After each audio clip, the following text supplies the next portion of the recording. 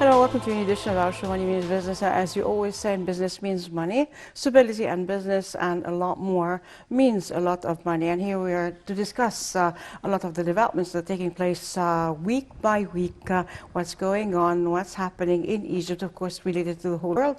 But, well, from Egypt here, as we are broadcasting from Egypt.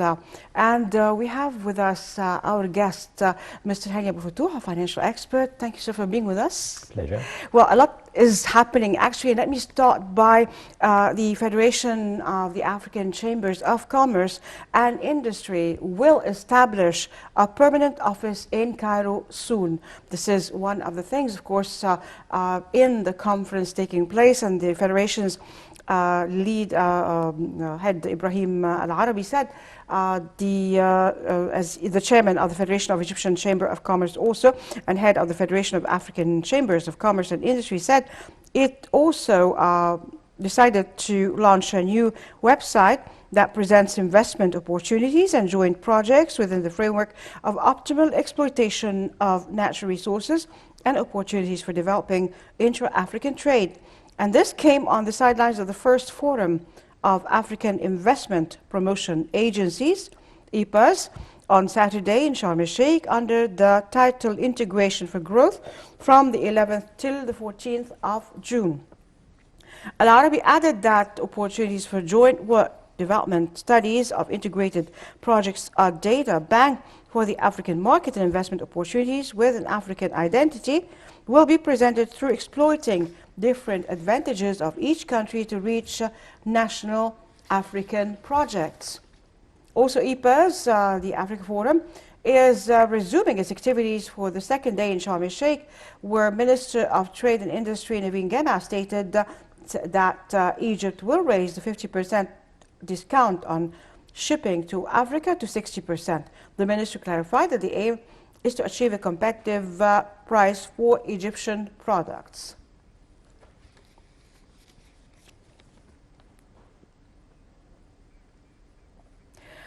And actually, we are just, discussing this with our guest again, Mr. Hani Abu Futuh.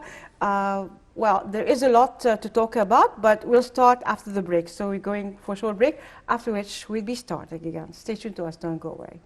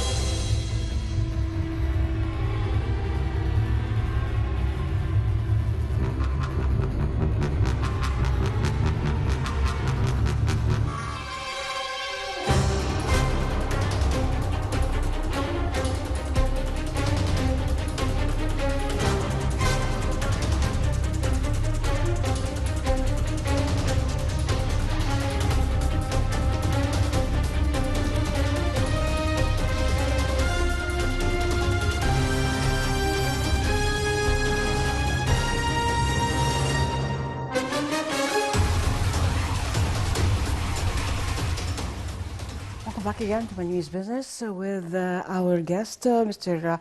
Hassan Hani Bouftouh. Well, a lot has been taking place, and of course, to the EPAS, the Africa Forum, that is resuming its activities for the second day in Sharm el-Sheikh.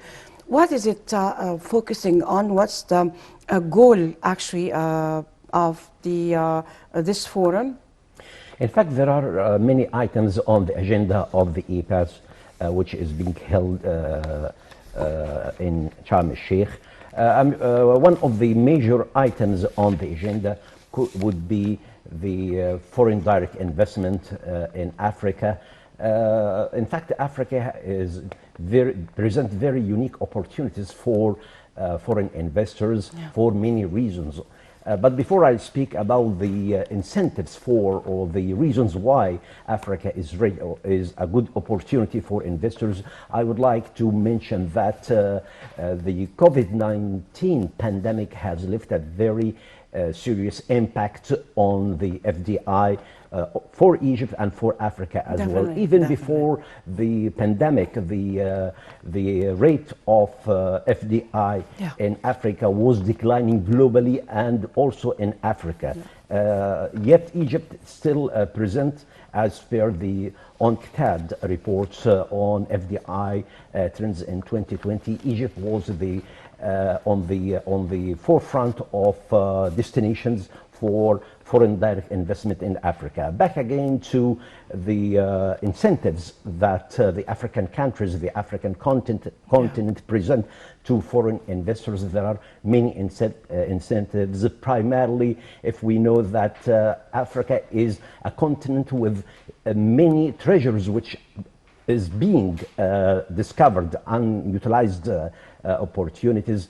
Of course, the manpower is a major incentive for the foreign direct investment in Africa, particularly if we know that the majority of the population, the segments of the youth in Africa is very high, and that's a very important incentive for foreign investors to come to a place where they find cheap labor, they find skilled and unskilled labor for production. Also, the roads and ports in Africa are diversified, which make the world trade to and from Africa convenient. Also, I see that Africa is very rich with the minerals and with the natural resources which are being used for production in many industries. Also, I think that another item on the agenda was the intra-trade between among the African countries, and the way to boost the intra-trade between the countries, the incentives which could be presented to make the trade easier among countries.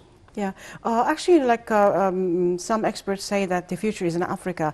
It's been neglected a long time, and other people are taking, countries are taking place of Egypt. When Egypt was away for 30 years, now Egypt is back again, since it's in Africa, taking its role. Actually, like it was presiding the African Union, the EU, and of course, right now, with the new republic, there is no joke, and there is a lot of serious work setting the roads and setting everything, to be able to get foreign direct investments. And of course, like working with Africa, I think that will, be double strength. And of course, being with Africa, working with Africa, benefiting each other is a great thing. Yes, and one more thing I would like to state here, that this forum was held in Sharm el-Sheikh in Egypt, and this is a very strong and clear message that Egypt is back again. Egypt is hosting international events, and of course this is one way forward to resuming the industry of conferences and again, keep my finger crossed for tourism to come back to Sharm el-Sheikh and other destinations. Definitely. So now, we're moving, where this is a very important event, but then, we do have, with the new developments taking place in Egypt, the polymer currency. What is polymer, like the plastic banknotes? How is it going to be like? There are lots of questions, taking place. Some people are not aware that this is happening, but then there is a lot to say about that. What's polymer banknotes or plastic banknotes? Very simply, a polymer banknote is made of a very thin, transparent Material? transparent material, and the printing of the design is on the back and front, using special ink and using special security features. Unlike the conventional or traditional banknotes, the traditional banknotes are made of paper, of cotton paper, which are more frequently or vulnerable to wear and tear, where the polymer notes last more than 2.5 times the lifespan of the polymer is nearly 2.5 times of the conventional cotton paper. Yeah, definitely. Well, but then why did the central bank decide on that and moving to polymer banknotes? In fact, the Central Bank of Egypt decided maybe a couple of years ago to introduce the polymer notes when the printing house of the central bank located in the new capital city is ready. And recently the central bank officials stated that the first issue of the polymer notes will be in June, and they will start with the 10-pound denominations. And so why why the central bank decided to present the polymer notes? There are very simple and good reasons for that. First, the polymer notes, they stand, or they are more durable than the paper cotton notes, and they are more cleaner. They present resilience to water, to wear and tear, and they present also resilience to counterfeit. They cannot be easily counterfeited, unlike the conventional cotton paper conventional notes. So this is one of the reasons. Maybe another good reason is on the longer term, this would help in the inclusion of the grey economy into the formal economy, because like what happened in India a few years back, when the Indian government changed several denominations of the local currency, and that was a way to fight the illegal proceeds of crimes, which are mainly in cash, and forced the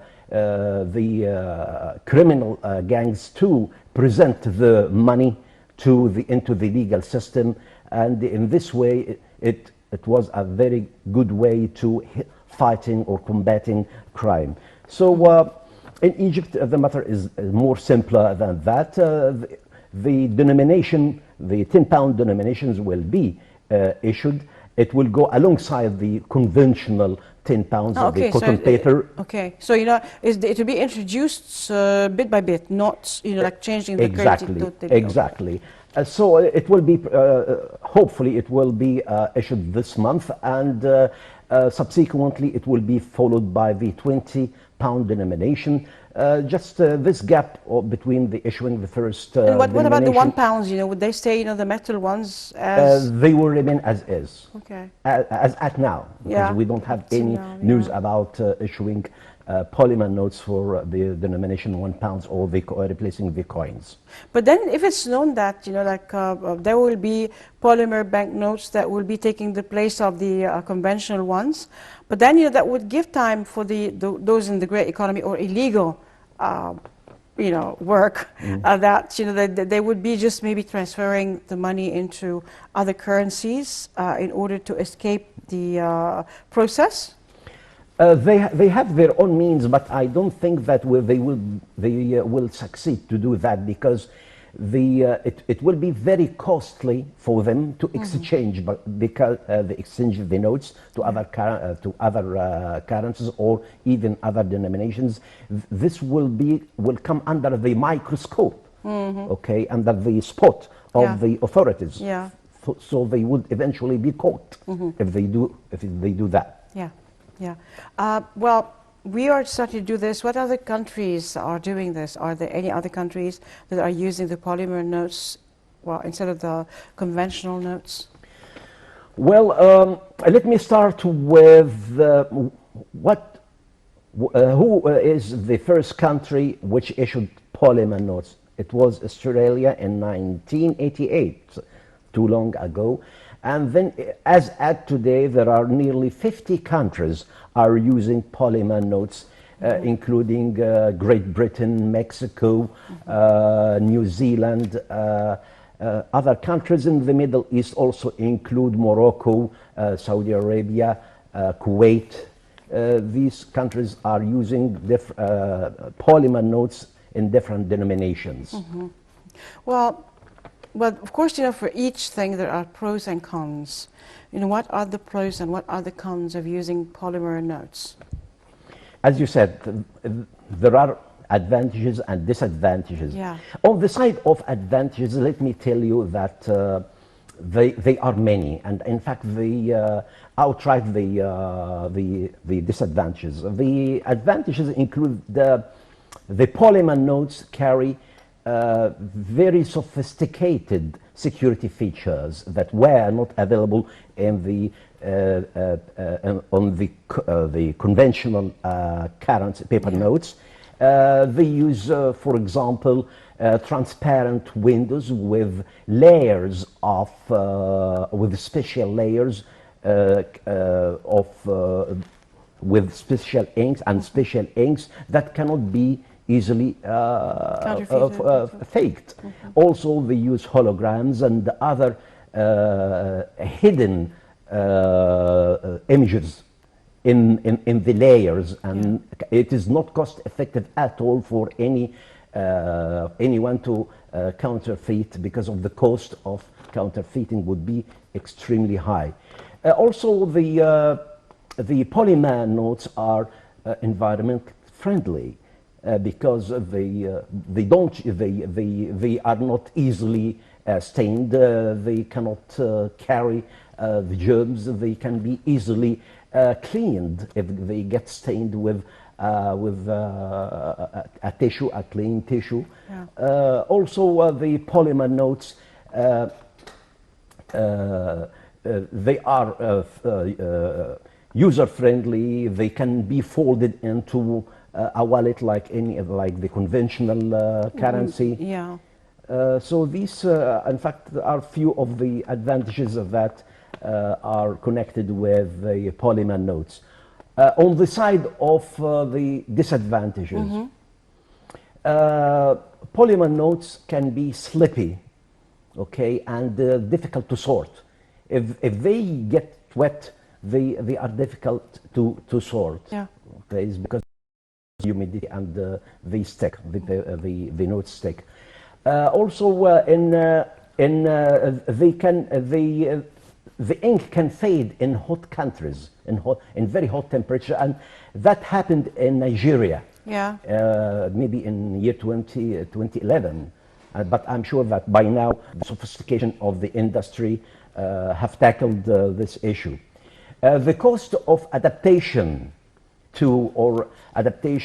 of the sorting machine and the ATMs and any machine that is used for dispensing the polymer notes, this initial cost could be very high. Okay. Also, sometimes the polymer note cannot be folded. Like the old ones. Yeah. It would leave a thin break in the middle. Yeah. But I mean, these are all some of the disadvantages. But I'm sure that the advantages are greater to overcome the disadvantages. Definitely. But why not starting with a smaller denomination? Why did not they start with like £100 note or £200 note that we have? Trial. It's of course there are some issues with deciding which currency in circulation that could be replaced or that could be put on a trial phase. So the government here, the central bank here, like any other monetary authority, they studied the money in circulation and decided which denomination should go first in a testing phase. Also, the central bank would expect some feedback from the citizens about the cons and pros of using the polymer notes, and this will be taken into consideration when deciding releasing or issuing a higher denomination of polymer. Well, when do they intend to issue the polymer banknotes and put it in the market? When is it decided? Well, the news from the central bank, it was released. The news which were released last week indicates that the central bank will issue the £10 denomination by end of June, and there will be a period of testing and receiving the feedback of the citizens before going to issue the £20 denomination. Definitely. Well, we'll go for a short break. After we should be coming back, resuming our talk. Stay tuned to us. Don't go away.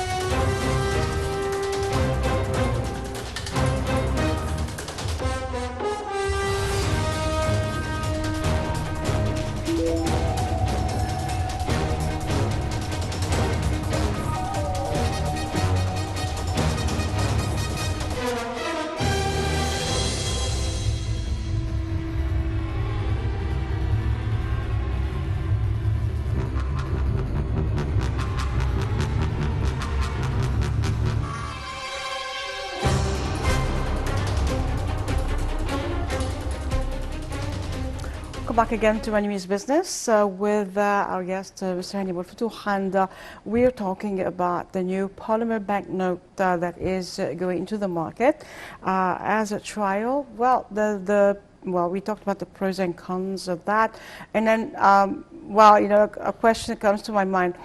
For example, if I just buy something for, let's say, £2, and I hand the seller note of £10, a polymer note, he's returning pounds, normal pounds, not polymer.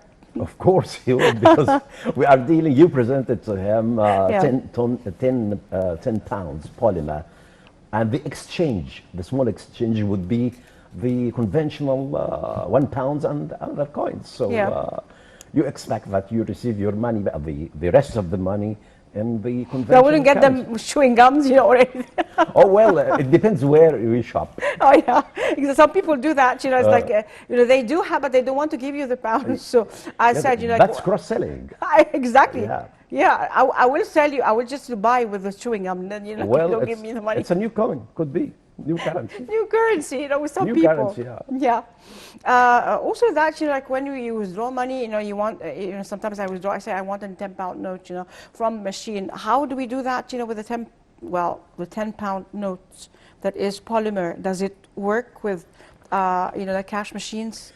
Well, that's one of the major issues for the central bank and the financial institutions to handle before the release of the 10 pound or any new polymer denomination.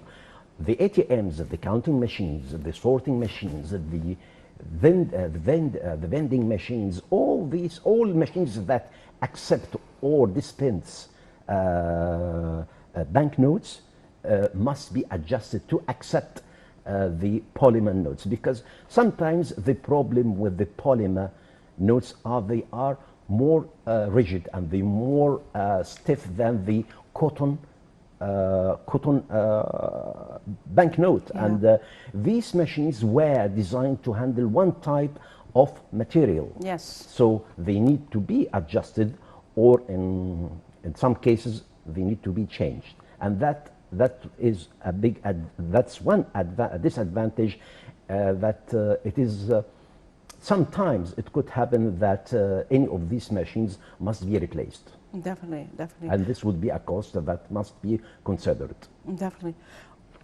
Sometimes like thinking of polymer notes for the advantages and everything like that. But wouldn't it be easier? Well, we talked about like with the humidity and all that, the money that is that can be prone to lots of things, wear and tear and all that. But changing the currency as a whole, I mean, the look of the 10 pounds, the 100 pounds, the 200 pounds, the 5 pounds, as a whole, in order to incorporate other illegal activities, money, and the grey zone, Grey economy. Grey economy money into the big stream of money. Would it be more costly than issuing those polymer banknotes, or this is a good step?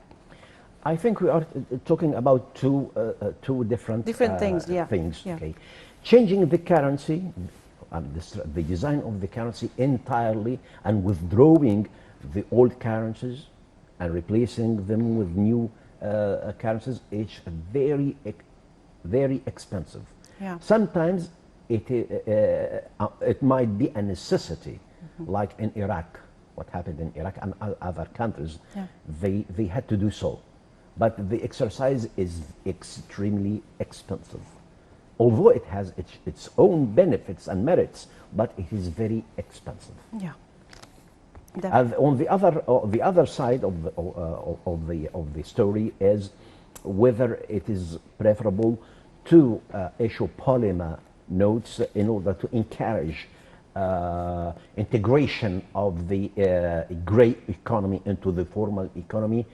Again, this must be considered depending on the size of the grey economy in a country, and gauging the benefits against the costs at the end, and the decision would be taken after that. Definitely, definitely. Well, that's the decision, and it's a trial. Actually, we'll see how it will work out. I think it will work. I mean, this is not a big note, and it works with smaller notes like 10 pounds note. Yes, definitely it will work, because we have 50 other countries have been using polymer notes since 1988, and the number is increasing every year. Yeah, yeah, definitely. Well, going to another issue now, with all that, with all, the changes that are taking place, the new republic, with all, the mega projects that are being, that we just see on the floor, that being inaugurated every day, with a change, of, let's say, Egypt as a whole. How do you see the future from now? And what do we need? Every day we see different things. Of course, like when we're talking about, we want to feel the development with the individual, and there is the initiative of Decent Life, Haya Karima, and there is a lot more that is to touch upon the lives of the individual and those of the lesser, the lesser brackets there, the less advantaged ones. How do you see, well, the future and all the efforts taking place right now, and what do we need more, in your opinion? In fact, the benefits or the fruits of the mega projects are being seen differently. It depends on who is analyzing, who is watching these projects and the outcome of the projects. The international institutions like the IMF, the World Bank, the international investors, they see Egypt is progressing very good. They see the results of the economic indicators are moving very fast Despite in a fair good way. The situation of the COVID-19. Yes, definitely. Okay, they see it positively in many ways. Maybe some other individuals or even entities, they see it less optimistic. They see that yes, we hear about the outcome of the projects, the economic reforms, but yet on grounds we see some difficulties in many areas. Some prices in certain areas are increasing. Inflation has reached to the highest in a year. Okay, so they see the little things, but magnifying the negative impact. Maybe they have their own reasons. Some individuals see the what could the be the reason for people that see like they magnify the negative impacts? You know, I mean, it's like, you know, they don't see the benefits. They see they don't want to see, you know, something. or maybe intentionally they close an eye. They turn a blind eye on to the benefits, but they see only the bad things or the negative impacts, and maybe they magnify these impacts and claim that we haven't yet seen the fruits of the economic reform. Well, you know, it's going to be like we've been working. I mean, what has been achieved in 7 years hasn't been achieved in a long time, actually. In more than 30 years. Definitely. But we must not forget that some of the yields of the economic reforms and projects will be seen for the future generations. Definitely. And not entirely for the now. Exactly. now. Education. Well, we do have right now, you know, everything right now. You know, I mean, a small child wouldn't be a like gentleman education, just for like example. that. If the government invests in education, you won't see it next year. Definitely. You will see it after a few years. So it depends who is watching and in which side he is watching. Exactly. On which side is very important too, you know.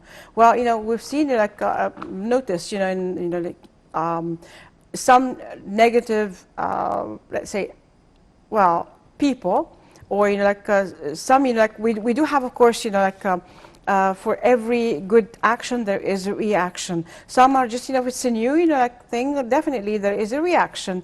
And then when it just, you know, clarifies for people, when they see how things are, those, you know, who just, you know, can really see the benefits, then, you know, they just accept it. Others, you know, who are either do have an agenda, or as you say, they close an eye intentionally, or they just naturally pessimistic. They don't want to see the good in anything at all. But, you know, like you've been working on, you know, like talking on the different issues and clarifying them, yet some of these, let's say, those, you know, with the negative interaction are just, you know, putting words in your mouth that you did not say, you know, and it's like this happens to a lot of people seen on social media. Say, well, I never said that. They're trying to, you know, like when you say something positive, you know, for the things that are really positive, they try to just let other people be against you by just putting words in your mouth that you didn't say. That's exactly what happens, and it happens with me. Well, I have a personal experience, it's not a nice one, that one day when I was Googling an important issue about the growth rate of Egypt, I discovered that Muslim Brotherhood Yeah. So we know the side now, okay? the dark side. Yeah, they The took non-Muslim a Brotherhood. statement out of context and put it into the wrong context. Yeah. And I had to declare it. It starts spreading, those, especially, when you just, write the magazines or. Yeah. Definitely. It happens. It's really a process that one of the things that are just, to break anything good or anything, to just give the wrong information or misconceptions always, to other people, to just, see the wrong side or what they see or what they want them to believe or see. Well, we do still, have, with the situation that we have with the COVID-19, and all the world has, still, the tourism is not in its full scale.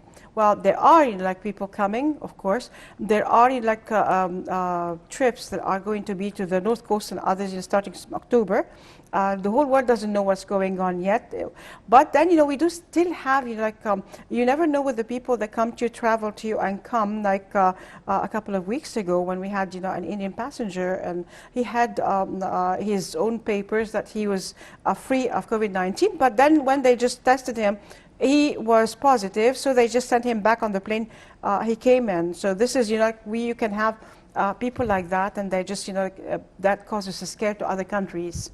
So they don't want to receive, those, who come through Egypt and can, be from other countries can have this problem and going to them. Like England a few days back, exactly. they declared Egypt as a very serious zone for banning travel to and from Egypt. Because the people are coming, to passing by Egypt and going to it, so they don't want, that especially that they do have very high rates. But in fact, we count on Russia more than England. Exactly, that's the thing. They would compensate. Yeah. We do have, some more comers that we know very well. They just come here. Other aspects. We have now. We still have been really working very hard, and with the testimonies of the international agencies, financial agencies, Fitch, and more, talking about Egypt that is really doing well, and the rating is really good.